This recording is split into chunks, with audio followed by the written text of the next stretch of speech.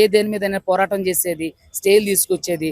ఇప్పుడు పోలీసులకి ఏదైనా అన్యాయం జరిగినా, సివిలియన్స్ కి ఏదైనా అన్యాయం జరిగినా, ఏదైనా ఏది జరిగినా కాపాడేది ఎవరు? అడ్వకేట్స్. సో కాదా? మొన్న పోలీసు రిక్రూట్మెంట్ బోర్డుకి సంబంధించినటువంటి అవకతవకలను ఎవరు తీసుకొచ్చింది? తెలంగాణను తీసుకొచ్చింది ఎవరు? తెలంగాణ మొట్టమొదటిగా లాయర్లే కదా నడుం కట్టి ప్రపంచంలో ఎప్పుడు లేని విధంగా లాయర్లు సమ్మె చేశారు. సో అడ్వకేట్ గా నేను చెప్పేది ఏంటంటే, మీరు ఏదో పొలిమేసుకొని ఏదో రాసేసుకొని పూసేసుకుంటే అవ్వదు.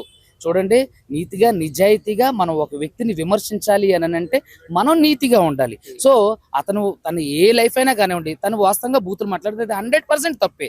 కానీ అతను బూతులు మాట్లాడతారని చెప్పేసి హిందూ దేవి దేవతలను ఎక్కడ కూడా కించపరచలే. మరి అలాంటప్పుడు భిన్నత్వంలో ఏకత్వం ఉంటే, మీకు అంత సమాజ స్పృహ ఉంటే, మరి హిందువుల మీద ఇప్పుడు ముస్లిమ్స్ మీద జాడులు జరిగేటప్పుడు హిందువుల మీద ఎందుకు మీరు కంప్లైంట్ చేయట్లేదు?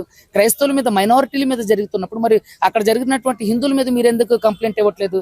మీరు అందరూ సమానమే కదా, మన అందరం ఆ చట్టం ప్రకారం అందరూ సమానమే కదా. వీళ్ళు ఏంటంటే పెయిడ్ ఆర్టిస్ట్ లాగా ప్రవర్తిస్తున్నారు.